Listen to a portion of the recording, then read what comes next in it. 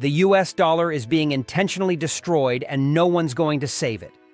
Over 80% of all US dollars in existence were printed in just the last 4 years. Foreign countries are dumping US treasuries at the fastest pace since records began.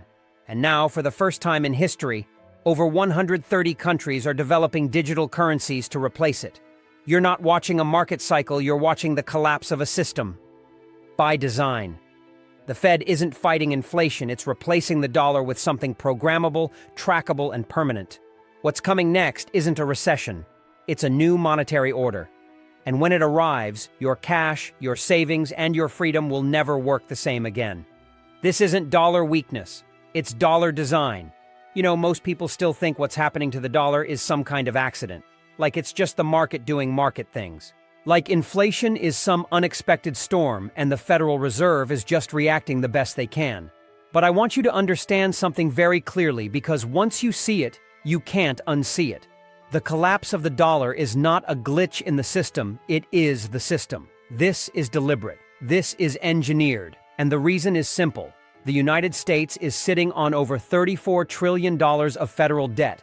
And when you add in unfunded liabilities like Social Security and Medicare, you're talking about well over $200 trillion in long-term promises that mathematically cannot be paid back in real purchasing power. That's not opinion, that's arithmetic. So what does a government do when it owes more than it can repay? It does what every empire in history has done. It inflates the debt away. You devalue the currency. You make tomorrow's dollar cheaper than today's. And you pretend it's an accident. But it's not. In fact, if you look closely, the incentives are screaming. Since 2020 alone, the US money supply exploded at one of the fastest rates ever recorded. Even after tightening, the Fed is trapped because if rates stay high, interest payments on the debt become catastrophic. We are already paying over $1 trillion per year just in interest more than the defense budget. So the dollar must weaken because the debt structure requires it. And here's what most people don't realize. This isn't just about economics, it's about control. A collapsing currency creates the perfect justification for restructuring everything. Think about it, once people lose trust in cash, they beg for the alternative. They beg for the reset. They beg for the new system. That's how monetary transitions happen. They don't happen peacefully, they happen through crisis. That's the playbook. And when you zoom out, it becomes obvious. The dollar is being walked down intentionally, not because America is losing power, but because America is preparing for something else to replace it. The real reset is happening inside the plumbing of global finance. Let me take you somewhere most people never look, because the real collapse doesn't start on CNBC headlines. It starts deep inside the plumbing of the financial system. The pipes, the settlement rails, the mechanisms nobody talks about. While everyone is watching gold prices and Bitcoin charts, the real story is that the global financial architecture is quietly being rewired in real time. Over the last 2 years, central banks have been stockpiling gold at the fastest pace since World War II. The World Gold Council reported that central banks bought over 1,000 tons of gold in both 2022 and 2023, a level that is historically extreme. And ask yourself, why would they do that if they trusted the dollar system? They wouldn't. This is a vote of no confidence happening silently behind the curtain. At the same time, major payment networks are being redesigned. Countries in BRICS are testing new settlement mechanisms that bypass SWIFT entirely. China has expanded bilateral trade agreements where energy is purchased outside the dollar. Even Saudi Arabia, the cornerstone of the petrodollar deal, has begun entertaining non-dollar oil settlement frameworks. This is not symbolic. This is structural. And here's the part people miss. The United States knows this is happening. That's why we're seeing the sudden regulatory sprint towards stablecoins, tokenized treasuries, and programmable settlement systems.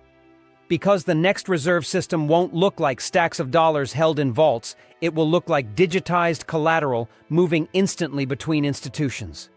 This is why groups like the BIS and IMF have been openly researching wholesale CBDC networks and cross-border token settlement.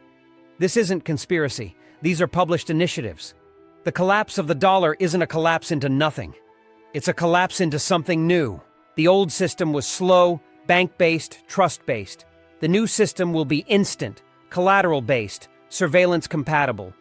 And the transition requires the public to lose confidence in the old. That's why the plumbing is being rebuilt now, before the visible crisis hits full force. It's like replacing the foundation while the house is still standing, because they know the earthquake is coming. The dollar's fall isn't the end. It's the cover story for what comes next. Now here's where this gets even more unsettling, because most people assume the collapse of the dollar means America is finished, that the empire is done. But what if that's the wrong interpretation? What if the dollar doesn't collapse because the US is losing, but because the US is changing the game? This is the part nobody wants to talk about. The dollar system was built in 1944 at Bretton Woods. It was backed by gold indirectly, enforced by US military dominance, and maintained through oil trade. But that system is outdated for the world that's emerging. In a world of AI-driven productivity, digitized asset markets, and programmable financial rails, the old dollar is too blunt of an instrument. It's too uncontrolled. It allows cash anonymity. It allows capital flight. It allows alternative stores of value. And that is unacceptable in the kind of system that's being built. So what happens next isn't just a weaker dollar. It's a replacement architecture. A system where treasuries are tokenized, where stablecoins become the primary transactional layer, where identity and money merge into one programmable network. Already, the US is the largest issuer of stablecoin-backed dollar proxies on Earth. Over $130 billion in stablecoins circulate globally, effectively acting as offshore digital dollars. That's not a side phenomenon. That's a prototype. And once the crisis deepens, stablecoins and digital rails will be presented not as control mechanisms, but as spacini as salvation. Look, they'll say, cash failed. Inflation destroyed savings. This is the safe alternative. And most people will accept it because crises make people trade freedom for stability. So no, the collapse of the dollar isn't the end of the monetary order. It's the demolition phase before construction. Something else is coming. Something far more digitized, far more centralized, and far more permanent. But we're not at the end yet, because the next layers of this story are even bigger. They don't want to save the dollar. They want to replace the concept of money entirely.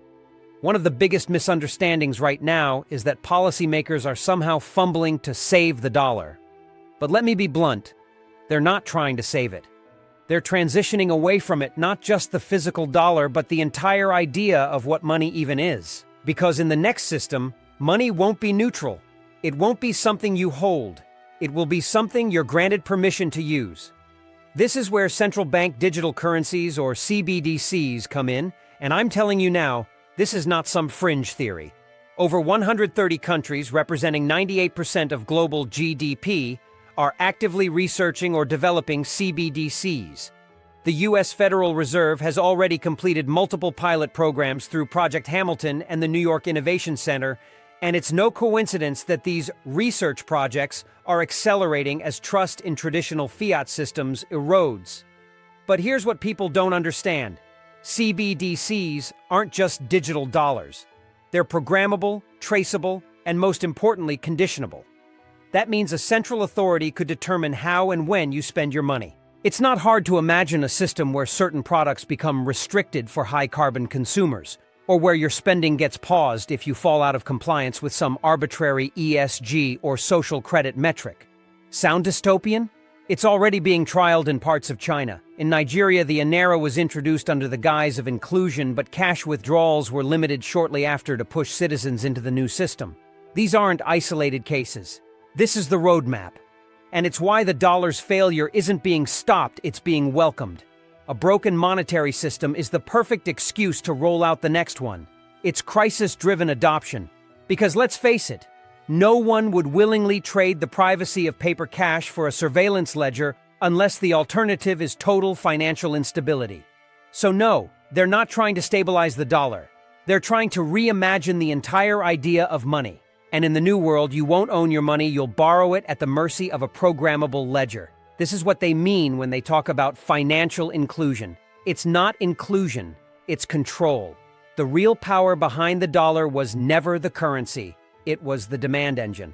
A lot of people are still looking at the wrong thing. They're watching the dollar index, they're watching inflation numbers, but they're missing the real engine that made the US dollar powerful in the first place: forced global demand. The dollar was never strong because it was inherently good. It was strong because the world was required to use it. After World War II, and especially after the 1970s petrodollar deal with Saudi Arabia, the US essentially built a global toll booth. If you wanted oil, you needed dollars. If you wanted to trade globally, you needed dollars. If you were a central bank, your reserves were in dollars. And that forced demand created an artificial gravity. It allowed the US to print with impunity, run trade deficits forever, and externalize inflation across the globe. But here's the problem. The world doesn't want to play that game anymore. And not just because of inflation, not just because of debt, but because the US started using the dollar as a weapon. Over the past decade, sanctions have exploded. The US began freezing assets, cutting off SWIFT access, and threatening sovereign nations with financial ruin, all by controlling access to the dollar. And countries took notice. In 2022, when Russia was kicked out of the dollar system overnight, it was a wake-up call to the entire BRICS bloc. Now, Russia and China are trading in yuan. Brazil and Argentina have launched direct currency swaps. Saudi Arabia just signaled openness to non-dollar oil sales, a move that would have been unthinkable a decade ago. As of now, over 40 countries have expressed interest in joining BRICS Plus, and almost all of them are talking about creating alternative payment rails outside the dollar. The IMF has even admitted that the dollar's share of global reserves is declining down from over 70% in 2000 to less than 58% today. That decline in demand is the real story. Because when global demand for the dollar evaporates, everything else unravels. US debt becomes unserviceable. Treasury auctions begin to fail. Interest rates lose their anchor. And the Fed is forced to either hyperinflate or default. Either way, the dollar won't survive. Not because it couldn't have, but because the demand engine that kept it alive is being intentionally dismantled from within and without.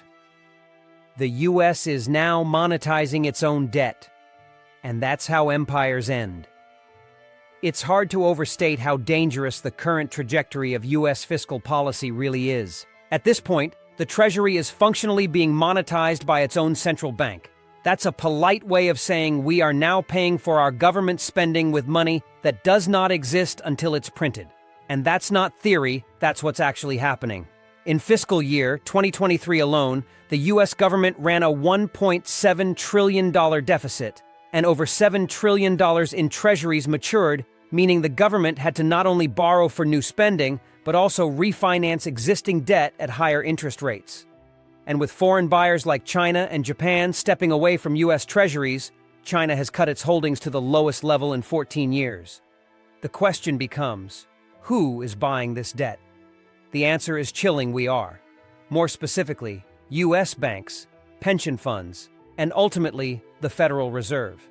This is how debt spirals begin. When a nation becomes so indebted that it must buy its own "I owe us" with printed money, you are no longer in a functioning economy, you are in a slow-motion currency collapse. And don't think this is just about budget mismanagement. This is how empires collapse. Rome did it with silver debasement. Weimar Germany did it with bond monetization. Argentina is doing it in real time. And now the US, the global reserve currency, is going down that path too. But here's where it gets even more disturbing. The same policymakers fueling this spiral know exactly what they're doing. Because a debt that cannot be paid will not be paid, it will be inflated away. So why not accelerate the devaluation, crash the old system, and then emerge with a new one? A reset where debts are erased, assets are revalued, and the population is onboarded into a tightly controlled digital currency system? This is not a conspiracy theory. This is the logic of debt math and political survival. When you can't default out loud, you default in silence, through inflation, through stealth, and eventually, through collapse. This isn't just poor governance. This is the playbook for regime change. And this time, the regime being changed is the monetary system itself. The illusion of consumer inflation distracts from the true collapse: institutional confidence. If you've been watching prices at the grocery store, you already know that inflation is eating away at your purchasing power. But what you may not know is that inflation at the consumer level is actually a distraction from the real crisis: institutional collapse of trust. Inflation is just the symptom. The real disease is that nobody, not individuals, not institutions, not nations, believes in the stability of the U.S. monetary system anymore. That loss of confidence is more dangerous than a 20% rise in the price of eggs. It's existential, and you can see it everywhere if you know where to look. For the first time in modern history, U.S. debt was downgraded by multiple rating agencies, not just because of fiscal metrics, but because of governance risk, a polite way of saying, we no longer trust you to act like adults.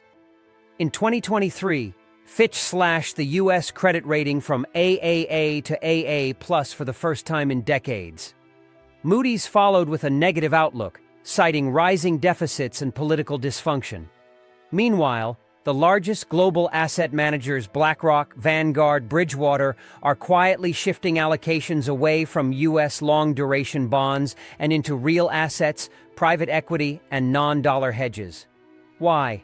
Because they're hedging not against inflation, but against systemic failure. Even Warren Buffett, the high priest of dollar confidence, revealed that Berkshire Hathaway has over $130 billion in cash, waiting for the next major revaluation. You don't stockpile that kind of cash unless you believe the existing pricing mechanism, that is the dollar, is about to become unstable. And then there's the corporate world. Stablecoins like USDC and USDT are now used in billions of dollars of daily settlement. These aren't fringe projects anymore. These are institutional replacements for the dollar's functionality: faster, borderless, and trustless. Why hold a depreciating dollar when you can hold tokenized dollars backed by treasuries and earn yield? That's the thinking now. And when institutions start leaving the dollar not in protest, but in practicality, the collapse isn't coming. It's already here. But it's quiet. Because confidence doesn't collapse overnight. It collapses quietly, then all at once. And that all at once moment is getting closer. The collapse of the dollar is the green light for global governance to go financial. At this point, it's no longer theoretical. The financial collapse of the dollar is setting the stage for something far bigger than a currency swap. What we're seeing is the foundation being laid for a financial form of global governance. For years, world leaders at Davos, the G20, and the Bank for International Settlements have spoken openly about the need for a new, interoperable monetary order, one that replaces fragmented national currencies with a globally coordinated system of programmable finance. And with the dollar now destabilized by design, that door has been kicked wide open. The IMF has been developing its UMU, Universal Monetary Unit, a synthetic global settlement token that could bypass the dollar and allow central banks to transact on a permissioned ledger across borders. The Bank for International Settlements, BIS, has been pushing Project M-Bridge, which connects central banks from China, Saudi Arabia, Thailand, and the UAE, all working together to bypass SWIFT using CBDCs. Think about that for a second. You now have major energy exporting nations coordinating directly on a blockchain-based network that does not use the US dollar. That's a tectonic shift in global finance. Meanwhile, the United Nations has begun floating frameworks to tie climate credits, digital identity, and financial access into a single system, the groundwork for an integrated behavioral monetary regime. In this world, money isn't just programmable, you are.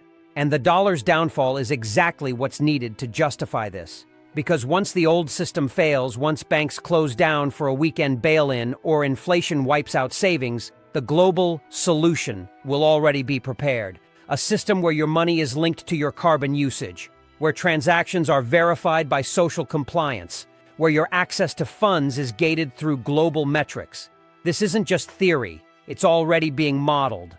And the collapse of the dollar isn't the end of the road, it's the beginning of a far more integrated and surveilled world where your money is no longer yours. but a key to a global system that monitors everything. You are the collateral. The real asset behind the new system is human data. We've talked about the dollar collapsing. We've talked about digital currencies replacing cash. But now let's talk about something nobody wants to admit in the new system that's being built. You are the collateral. Not your home, not your car. You, your behavior, your habits, your preferences, your biometric profile. Because in the emerging monetary framework, money will be tied directly to data, and that data will be monetized, weaponized, and securitized as the new basis of value. Let me explain. Right now, your bank account is backed by fiat reserves. But in a world of programmable finance, your money will be tied to digital identity systems.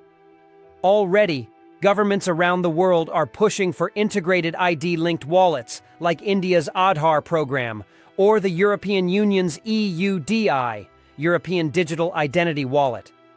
In these systems, you don't just have a balance, you have a reputation score, a compliance record, and a set of permissions.